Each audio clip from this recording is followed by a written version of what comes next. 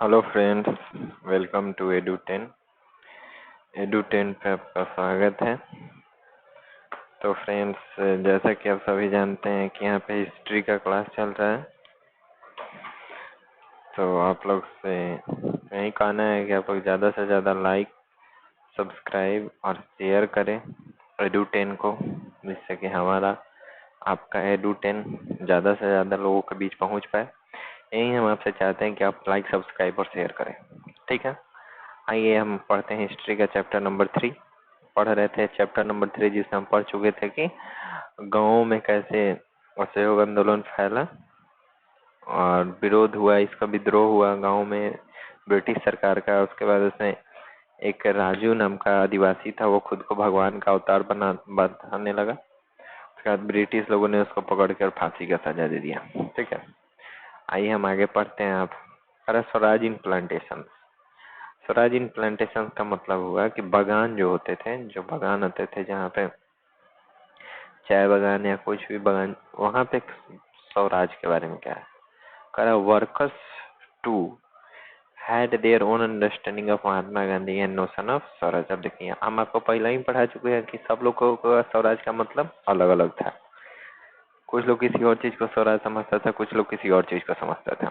अब देखिए साथियों, अब यहाँ देखिए क्या हुआ। अब आपके मन में विचार है कि वर्कर्स का मतलब स्वराज के बारे में क्या सोच रहा था। अब आप ये ना सोच रहे होंगे, तो वर्कर्स का स्वराज का मतलब अपना कुछ और था, उनका सोच कुछ और था। ठीक है, करे for plantation worker in Assam freedom meant the right to move freely it in out of the confined space in which they were enclosed, and it meant retaining a link with the village from which they had come। अब देखिए, जो भी असम के बगान में मजदूरी के लिए जो भी मजदूर काम करते थे, उनके लिए स्वराज का मतलब माने आजादी का मतलब यह था कि अब वो जो भी चार दीवारी है, जो भी उनके बगानों के अलग अलग, जो भी उनको रखा गया, जिस चार दीवार में बंद करके रखा गया, उससे उनको क्या हो, वो आराम से आ जा सके, उससे उनको आजाद किया जा सके। ठीक है, पर under the inland immigration act of 1859 plantation workers were not to permitted to leave the tea gardens without permission and in fact they were rarely given such permission. अब देखिए, इको इनलैंड इमिग्रेशन एक्ट है 1859 में। इसके तहत क्या लगाया गया कि बगान के जो भी मजदूर हैं वो बिना इजाजत के बगान से बाहर नहीं जा सकते थे, और उनको कोई इजाजत नहीं दिया जाता था बाहर जाने का। तो उनके लिए स्वराज का मतलब कुछ ही था कि हम इस बगान के चार दीवारी से बाहर निकल सके, हमको जो मन करे वो कर सके। When they heard of the non-cooperation movement, thousands of workers defied the authorities, left the plantation and headed home। अब देखिए, अब जैसे ही उनको पता चला जो नॉन कॉपरेशन मूवमेंट था, सहयोग आंदोलन के बारे में था, हजारों मजदूर का किए, उनका जो अधिकारी था उनका बात का अवहेलना करने लगे, बगान छोड़ दिए, अपने घर चले गए। उनको क्या लगता था कि अब गांधी जी के राज आ रहा है। समझ रहे हैं, यहाँ लिखा भी है, they believed that Gandhi Raj was coming and everyone had given land their own villages। उनको लगता था कि गांधी जी का राज आ रहा है, अब चलो ये सब काम छोड़ के सब लोग क्या किया, गाँव में चला गया। They, however, never reached their destination, stranded on the way by a railway steamer strike। They were caught by the police and brutally beaten। लेकिन देखिए, उनमें से कोई भी ना घरे नहीं पहुंच पाया, क्योंकि जो भी रेलवे था, स्टीमर था, वो सब जगह का था, हड़ताल था असहयोग आंदोलन के कारण। अब उसके बाद क्या हुआ कि वो लोग कोई पहुंचा नहीं, इसके कारण रास्ता में फंस गए। उसको पुलिस पकड़ लिया, फिर कस के पुलिस पीट दिया। समझ रहे हैं, और उसके बाद क्या हुआ, तो इन लोगों के लिए स्वराज का मतलब कथी था, ये आप लोग समझ गए। देखिए, आइए साथियों अब आगे पढ़ते हैं। The vision of these movements were not defined by Congress program. कर इन जो भी स्थानीय आंदोलन हुआ, कहीं चाय बागान में, कहीं और, इसका कोई भी ना कांग्रेस के कार्यक्रम में इसका कोनो मने विचार नहीं था, कांग्रेस ही नहीं चाहती थी। ठीक है, they interpreted the term swaraj in their own ways, imagining to be a time when all suffering and all trouble would be over। और देखिए, जो भी कांग्रेस था वो लोग को स्वराज शब्द का मतलब कुछ और ही था, लेकिन और जो भी लोग था, जो भी जनता थी, उसने क्या किया कि स्वराज शब्द को अपने अपने हिसाब से अर्थ निकाल लिया। आदिवासी लोग कुछ और निकाल लिया, किसान लोग कुछ और निकाल लिया, उसका में जो मजदूर थे कुछ और निकाले। उन लोगों को लगता था कि मैंने अभी कोई ऐसा टाइम आएगा जब सारा दुख कष्ट का हो जाएगा, खत्म हो जाएगा। ठीक है। 8. When the tribal chanted Gandhiji name and raised slogan demanding Swatantravad, they were also emotionally relating to all Indian agitation. ठीक है, ये समझना है। इसके पहले वाला आप लोग समझ गए। और देखो अब इसके बाद क्या हुआ कि जो भी आदिवासी थे इन लोगों ने क्या किया, गांधी जी का नाम का नारा लगाया, स्वतंत्र भारत के लिए भी इन्होंने बहुत ही नारा लगाया। और वो क्या हुए कि अखिल भारतीय जो आंदोलन था इससे भी भावनात्मक रूप से जुड़े हुए थे आदिवासी लोग। ठीक है। When they acted in the name of Mahatma Gandhi or linked the movement to the Congress, they were identifying with a movement which went beyond the limit of their immediate locality.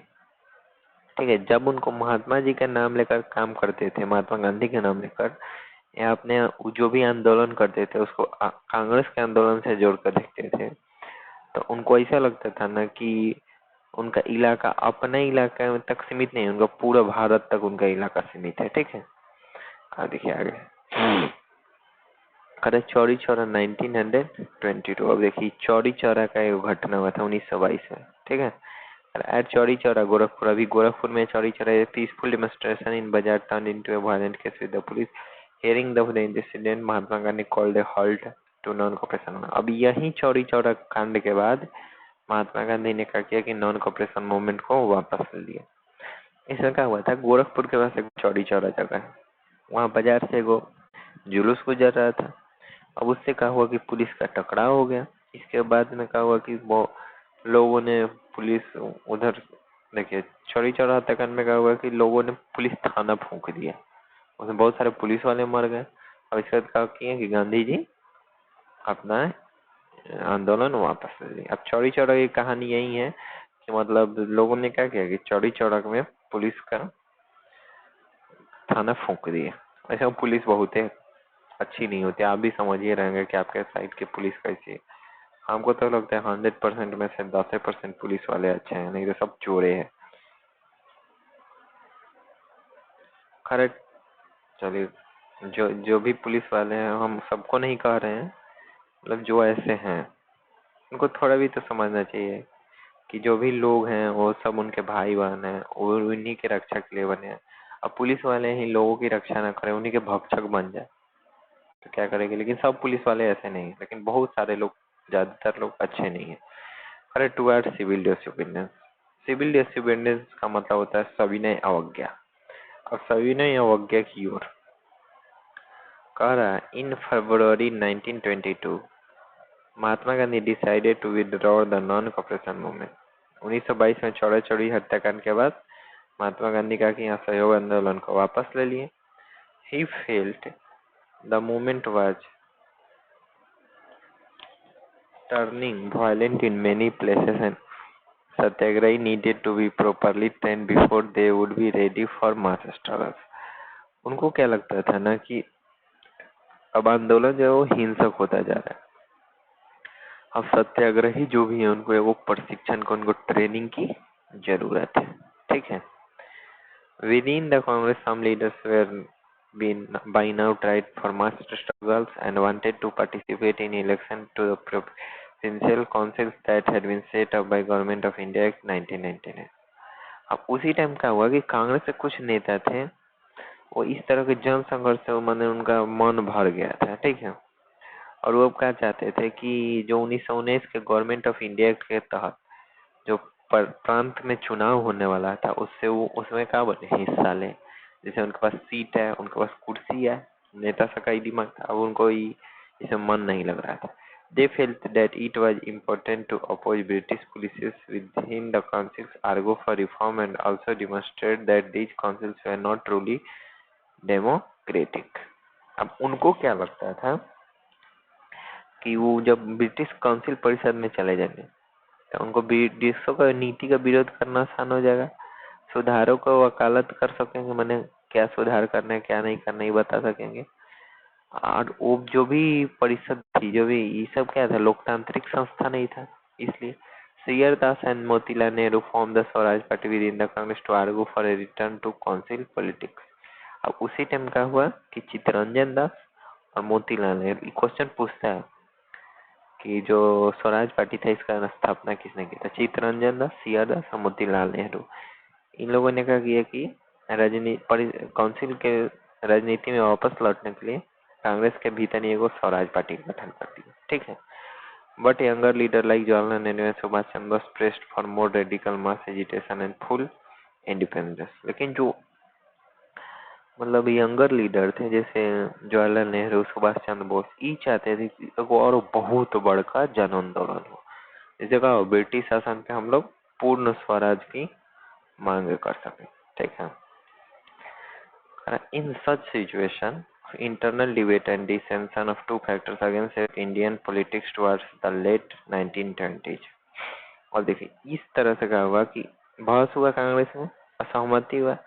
इस माहौल में क्या हुआ, देश में दो गो तत्व हुआ। ठीक है। इनमें क्या हुआ कि 1920 का दशक था, उसके आखिरी साल में भारतीय राजनीति का फिर क्या हुआ, रूपरेखा बदल दी। अब दो पार्ट हो गया, दोनों आदमी में बहस होने लगा। समझ रहे हैं? The first was the effect of world wide economic depression. पहला कथी था, जब विश्वव्यापी में जो भी आर्थिक मंदी आया था।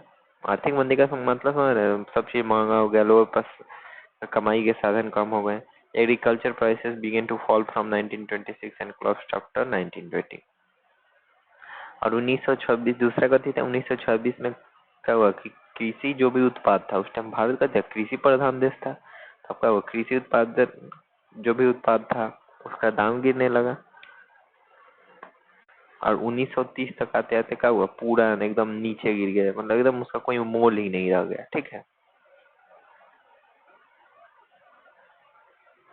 और एक as the demand for agriculture good fells and export decline, peasant found it difficult to sell their harvest and pay their revenue। अब देखिए, अब जैसे क्या हुआ कि जो भी कृषि से बना जो भी उपज वाला चीज था उसका दाम गिरा, किसानों को अपना सामान बेचाता नहीं था, एक्सपोर्ट नहीं हुआ था। अब उनका क्या हुआ, सामान बेचना उनको बहुत ही क्या हुआ, दिक्कत होने लगा सामान बेचने में। अब इससे क्या हुआ, लगान चुकाने में उनको प्रॉब्लम आने लगा। ठीक है। By 1930 the countryside was turmoil। 1930 तक का हुआ कि जो भी ग्रामीण इलाके था, गांव वाला, वहाँ कृषि से लोग का काम चलता था, वो पूरा धराशायी हो गया। ठीक है।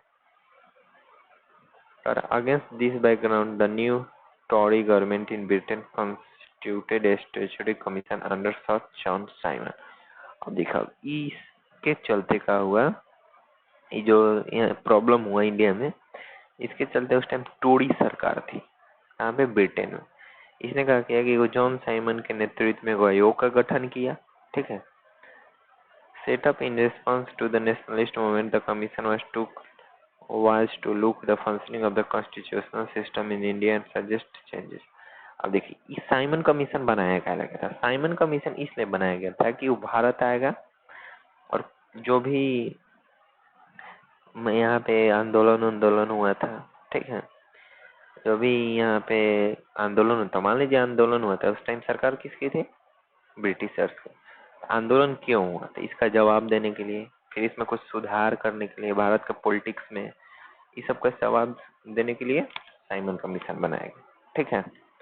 करे the problem was that commission did not have a single Indian member. लेकिन हमें दिक्कत क्या था कि कमीशन में एक वो इंडियन मेंबर नहीं था। ठीक है। दे वेयर ऑल ब्रिटिश, सारे के सारे क्या थे, अंग्रेज थे। ठीक है।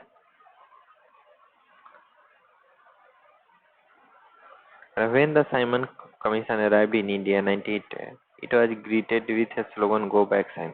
जब 1928 में साइमन कमीशन 1927 में चला वहां से, और 1928 में क्या हुआ कि साइमन कमीशन भारत आया, तो उस टाइम नारा लगने लगा भारत में कि साइमन गो बैक, माने साइमन वापस आ। All parties including Congress and the Muslim League participated in demonstration. जो भी उस टाइम भारत में पार्टी थी, उस टाइम में भारत में बहुत सारा पार्टी था, किसी को किसी से मतलब ही नहीं था, कोई एक साथ कुछ नहीं करता था, सबका अपना अलग अलग मत था, सब अलग अलग करते थे। इसलिए भी क्या हुआ कि अंग्रेज अपना शासन किया। लेकिन उस टाइम क्या हुआ कि कांग्रेस और मुस्लिम लीग जो भी थे सब इस पार्टी में हिस्सा ले। इस प्रदर्शन में हिस्सा लिए साइमन गोबैक ने। अब इसमें हिस्सा लेने के पीछे भी एक कारण था, इसके पीछे भी एक राजनीति था। पीछे ये राजनीति था कि उस टाइम तक को इस कमीशन में भारतीय नहीं था। अब इन लोगों का तो कोनो पूछताछ नहीं हुआ, तब ये लोग करे तक आकर, इसलिए सब एक साथ आकर के और इसमें भाग लिए। In an effort to win them over Viceroy Lord Irwin announced in October 1999 a FIU offer of Dominion status for India if an unspecified future and round table conference to discuss a future constitution। अब देखिए वही time क्या हुआ कि सविनय आंदोलन चल रहा था, सविनय ये चल रहा था। इस विरोध को शांत करने के लिए माने साइमन गोबैक का नारा लग रहा था, इसका जो भी था इसको शांत करने के लिए, विद्रोह को शांत करने के लिए जो उस टाइम वाइस था उसका नाम कथी था, लॉर्ड इरविन था। इसने क्या किया कि अक्टूबर 1929 में भारत को लिए कहा कि डोमिनियन स्टेटस का ऐलान कर दिया। अब डोमिनियन स्टेटस का मतलब क्या होता है, इसके पीछे भी डोमिनियन स्टेटस, सोवरिन स्टेटस, इसका मतलब क्या होता है, आइए हम आपको ये बात पहले समझाते हैं। देखिए डोमिनियन स्टेटस का मतलब होता है कि जो भी गवर्नर जनरल था उस टाइम वो ब्रिटिशर्स का ही रहेगा, लेकिन उसको मतलब सुझाव देने के लिए जो भी समिति होगी या कुछ भी होगा वो कहाँ के रहेंगे, इंडियंस रहेंगे। इसका मतलब है डोमिनियन स्टेटस, मतलब राज्य किसका चलेगा, सबसे सर्वोच्च कौन होगा, ब्रिटिशर्स। लेकिन यहाँ पे राज्य चलाएगा कौन उसको, जैसे मान लिया हमारे यहाँ राष्ट्रपति है, तो राष्ट्रपति कहाँ का रहता है, ब्रिटिशर्स का। तो हम लोग क्या रहते हैं, डोमिनियन स्टेटस रहते हैं। लेकिन हाँ अभी हम लोग क्या है, स्वराज है, मतलब अपना राज्य, मतलब हम ही चुने हैं राष्ट्रपति को, तो वही हमारे अपना राज्य कर रहे हैं। और डोमिनियन स्टेटस में क्या होता है कि गवर्नर जनरल का पद बरकरार रहता है और उसके बाद में उसको सुझाव देने के लिए जो भी होते हैं वो इंडियन होते हैं। ठीक है, तो लॉर्ड इरविन ने क्या किया कि डोमिनियन स्टेटस का ऐलान कर दिया। ठीक है, तो उसने क्या किया ना कि इसका कोनो समय सीमा नहीं बता कि कब हम आपको डोमिनियन स्टेटस देंगे।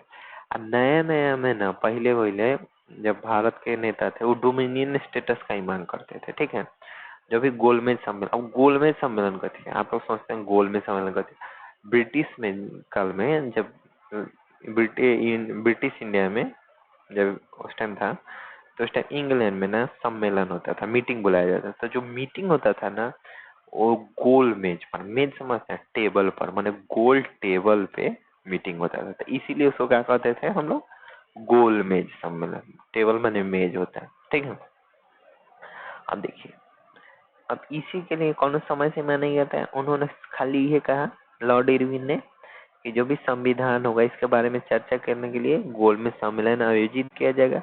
लेकिन इस बात से कहा कांग्रेस नेता संतुष्ट नहीं थे। ठीक है, this did not satisfy the Congress, संतुष्ट नहीं थे। The radical with in the Congress led by Jawaharlal Nehru and Subhash Chandra Bose became more assertive. इससे क्या हुआ कि संतुष्ट नहीं थे और हम जवाहरलाल नेहरू सुभाष चंद्र बोस के नेतृत्व में कांग्रेस में क्या हुआ, कांग्रेस का तेवर आक्रामक होने लगा। ठीक है, the liberals and moderates who were proposing constitutional system within the framework of British dominion gradually lost their influence। अब देखिए इसका मतलब क्या है कि जो भी उस टाइम उदारवादी नेता थे या फिर भी मध्य मार्गी नेता, उदारवादी का मतलब क्या होता है, जो मतलब लड़ाई झगड़ा मारपीट से नहीं, या मध्य मार्गी जो दोनों की तरफ हो, वो ब्रिटिश डोमिनियन के भीतर ही संवैधानिक व्यवस्था के पक्ष में था। मैंने ब्रिटिश डोमिनियन का मतलब अभी आपको समझा कि डोमिनियन स्टेटस का मतलब शासन किसका रहता है, ब्रिटिशर्स का, लेकिन शासन चलाते कौन, हम लोग संविधान से उन क्या थे, पक्ष में थे। लेकिन इनका क्या हुआ कि इनका प्रभाव घटता गया। ठीक है, in December 1929 under the presidency of Jawaharlal Nehru, the Lahore Congress of Malite the main demand of पूर्ण स्वराज और फुल इंडिपेंडेंस ऑफ इंडिया। अब देखो 1929 में क्या हुआ, जवाहरलाल नेहरू की अध्यक्षता में कांग्रेस का लाहौर अधिवेशन हुआ। अब देखिए पूर्ण स्वराज की मांग कब उठी, यो पूछता है किस अधिवेशन में पूर्ण स्वराज की, तो किस अधिवेशन में उठी, लाहौर अधिवेशन। तो कांग्रेस के पूर्ण स्वराज की मांग को क्या हुआ कि मान लिया गया लाहौर अधिवेशन। It was declared that 26 January 1930 would be celebrated as the Independence Day when people were take a pledge to struggle for complete independence। और उसी टाइम ये डिसाइड किया गया कि 26 जनवरी 1930 को स्वतंत्रता दिवस के रूप में मनाया जाएगा। अब देखिए, इसका हम लोग 26 जनवरी को गणतंत्र दिवस मनाते हैं। इसके पीछे हम लोग का संविधान तक 25 नवंबर को बन गया था, जो संविधान दिवस मनाते हैं। लेकिन 26 जनवरी को हम पहले नेताओं ने क्या माना था कि स्वतंत्रता दिवस, इसलिए उस दिन के लिए जाकर के गणतंत्र दिवस बना दिया गया। ठीक है, ये समझ गए आप लोग। 26 जनवरी को हम लोग पहले स्वतंत्रता की घोषणा कर चुके थे, इसलिए गणतंत्र दिवस उस दिन नेताओं ने मनाना शुरू कर दिया। हमारा संविधान तो नवंबर में बन चुका था, लेकिन उसको अप्लाई कब किया है? 26 जनवरी को इन लोगों ने क्या किया कि मान लिया कि स्वतंत्रता दिवस के रूप में मनाया जाएगा। उस दिन जो भी लोग हैं वो पूर्ण स्वराज के लिए संघर्ष की शपथ लेंगे। ठीक है, but the celebration attracted very little attention. लेकिन क्या हुआ, इस सेलिब्रेशन जो हुआ बहुत कम में लोग आए, कोई आया नहीं। So Mahatma Gandhi had to find a way to relate the abstract idea of freedom for more correct issue of everyday. अब इससे क्या हुआ कि महात्मा गांधी ने सोचा कि लोगों को अट्रैक्ट कैसे किया जाए, तो इसीलिए उन्होंने क्या किया कि लोगों के रोजमर्रा से, मतलब लोगों को जो रोज का जरूरत है, इससे जो भी जरूरत का चीज था उसको कोई चीज ढूंढना शुरू किया है कि लोग अट्रैक्ट हो उनसे। ठीक है, एक मिनट।